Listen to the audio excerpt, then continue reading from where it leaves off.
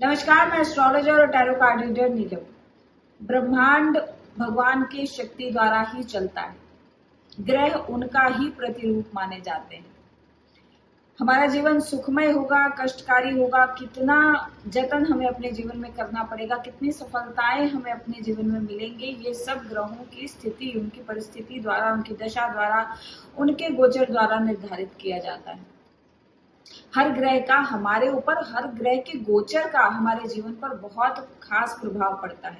इसीलिए तो कहा जाता है कि प्रत्येक सुबह आपके लिए एक नया सोच, नई राह, नए चैलेंजेस लेकर आती है। हर दिन एक नया चैलेंज होता है और इस चैलेंज में हम कितना खरा उतरते हैं, ये ग्रहों की स्थिति ही बताती है।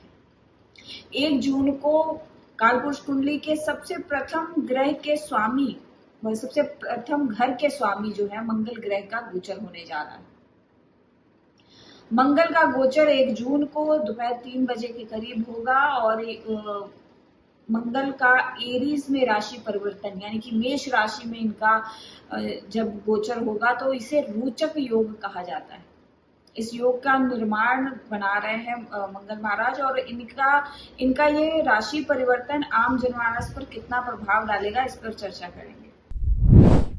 आइए अब बात करते हैं कन्या राशि वाले जातकों के लिए। कन्या राशि वाले जातकों के लिए मेष राशि में मंगल ग्रह का गोचर किस तरीके का रहेगा। देखिए, वैसे तो इन जातकों के लिए मंगल महाराज जो है वो अष्टम भाव में गोचर करेंगे, जो कि अच्छी स्थिति नहीं बनती है। अष्टम भाव में जब भी मंगल महाराज गोचर करते हैं तो ऐसे में एक भय की स्थिति, दुर्घटना की स्थिति, अकारक बहुत सारी जगहों पर डिस्कम्फर्ट ले आते हैं। ससुराल पक्ष से चीजें खराब होनी शुरू हो जाती हैं। मैरिड लाइफ बहुत ज्यादा इफेक्ट करती है अष्टम भाव में अगर मंगल आ जाता है। आपके स्वास्थ्य से जुड़ी बहुत सारी ऐसी चीजें भी प्रभावित हो सकती है, जैसे कि कोई ऐसी क्रॉनिकल डिजीज जिसका आपको काफी समय तक पता ना हो, या फिर कोई ऐसी बीमारी अचानक से शुरू हो जाना जो ब्लड से रिलेटेड हो। अष्टम भाव में मंगल की स्थिति इतनी अच्छी नहीं मानी जाती है और यहाँ पर मंगल महाराज का गोचर करना, देखिए सप्तम भाव से जो है वो मंगल महाराज अष्टम भाव में गोचर करेंगे। हो सकता है कि जिन लोगों के शादी अभी हो के चुकी हो, उनके शादी से रिलेटेड कोई ना कोई कॉन्फ्लिक्ट जो है वो स्टार्ट हो जाए। किसी तरीके का व्यापार अगर आपने शुरू किया है तो अचानक से व्यापार में चेंज आना या कोई बूम आ जाना या फिर किसी तरीके का रिसेशन आ जाना, ये दोनों स्थिति बन सकती है। यहाँ पर अष्टम भाव में मंगल आ जाने से बहुत बार मूड स्विंग्स जो है वो तेजी से होते हैं, एग्रेशन बहुत ज्यादा देखने को मिलेगा। कन्या राशि वाले जातकों के लिए वैवाहिक रूप से या रिलेशनशिप के रूप से ये स्थिति बहुत अच्छी नहीं बनती है। अष्टम भाव का मंगल जो है आपके लाइफ में एक्सीडेंट्स बहुत करवाता है, मैरिड लाइफ में समस्याएं लाता है, आपके प्रोफेशन को भी काफी ज्यादा एक्सचेंज देता है। ट्रांसफॉर्मेशन का एक ग्रह बन जाता है मंगल अगर अष्टम भाव में बैठा हो तो। आपकी लाइफ में आपके लोगों के साथ रिलेशनशिप जो है वो ट्रांसफॉर्म होते हैं। आपके अग्रेशन की वजह से चीजें पलट जाती हैं, तो इस चीज का आपको खास ध्यान रखना है कि जब भी आप बातचीत करें या किसी के साथ ओवर इम्पल्सिव होके कोई भी डिसीजन जो है वो आपको नहीं लेना है। कन्या राशि वाले जातकों के लिए अचानक धन लाभ की स्थिति जरूर बनाता है। अगर आप कोई गूढ़ ज्ञान जानना चाहते हैं, किसी रिसर्च में हैं, किसी तरीके की किसी खोज में बैठे हैं, तो ये स्थिति बहुत अच्छी बन जाती है। आप बहुत ज्यादा चांसेस हैं कि आपकी लाइफ में बहुत सारी चीजें अचानक से अच्छे वे में निकलकर सामने आएंगी, या जो दुर्घटनाएं हुई हैं पास्ट में वो अब एक अच्छा मोड़ लेकर आएंगी, एक ट्रांसफॉर्म लेके आएंगी आपकी लाइफ में, ट्रांसफॉर्मेशन लेके आएंगी। आपका व्यक्तित्व भी निखर सकता है। यहाँ पर मंगल जो है वो एकादश भाव को भी देखता है, यहाँ पर लाभ भी बहुत ज्यादा प्रभावित होगा। देखिए, मंगल के मेष राशि में आ जाने से उनकी चौथी दृष्टि जो है वो शनि महाराज पर पड़ेगी, शनि महाराज के भाव पर पड़ेगी, जो कि एक्वेरियस साइन में होगा, यानी कि अष्टम भाव में बैठकर शनि मंगल महाराज जो है वो 11वें भाव को देखेंगे। तो यहाँ पर शनि और राहु दोनों ही ग्रह जो है वो उन पर भी प्रभाव दिखेगा।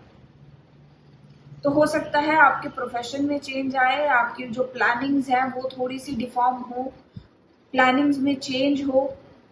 अचानक से आप देखेंगे कि आपके अंदर एक लीडरशिप क्वालिटी बढ़ गई है। आप चीजों को संभालने की भी कोशिश करेंगे। जो चीजें आपके हाथों से छूटती जा रही हैं या आपके कंट्रोल में नहीं है, उसको भी आप ओवरकम करने की कोशिश करेंगे।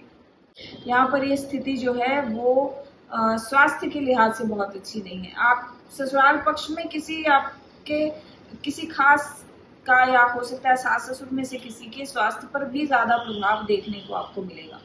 बहुत सारी ऐसी स्थितियां बनेंगी कि आपको अपने लाइफ के बड़े इवेंट जो हैं वो अचानक रातों रात उनको डिसाइड करना पड़ सकता है। यहाँ पर मंगल की स्थिति को नियंत्रित रखने के लिए, मंगल के प्रभाव को नियंत्रित रखने के लिए आप स्ट्रीट डॉग्स को सर्व करें, कुछ भी खाने की चीजें दें, कुछ भी उनकी सेवा करने के लिए कर सकते हैं, उनको मेडिकेशन दे सकते हैं। ये भी बहुत एक अच्छा उपाय रहेगा अष्टम भाव के मंगल का। जब भी शमशान घाट से निकलें या आपके रास्ते में जब भी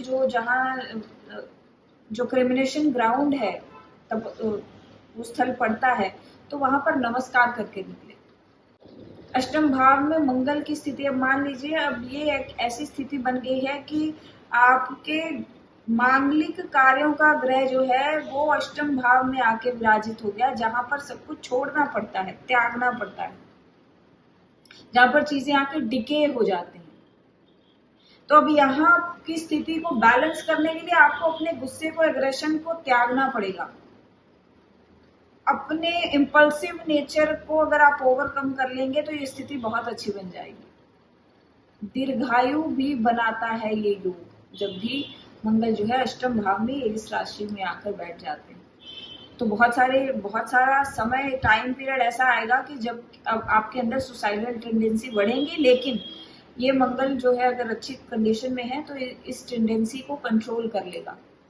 आपकी समझ आपके आगे आ जाएगी। इस प्रभाव को कम करने के लिए एक उपाय ये भी है कि आप शमशान घाट में जो भी जल होता है उसको घर में लाकर उससे स्नान करना शुरू कर दें, तो इसके प्रभाव से बचा जा सकता है।